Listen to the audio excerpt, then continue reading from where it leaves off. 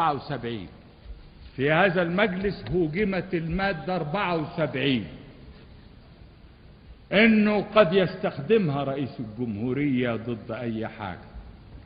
طب انا عايز اقرر امام مجلسكم انه بدون المادة 74 كنت سأتخذ نفس الاجراءات واجيلكم وواجه الشعب.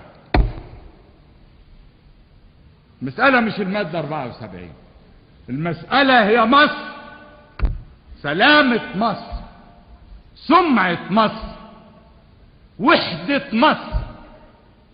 لك يا مسلم السلامة وسلاما يا بلادي الغمام بحر التهامة أستقيها بفؤادي واسلمي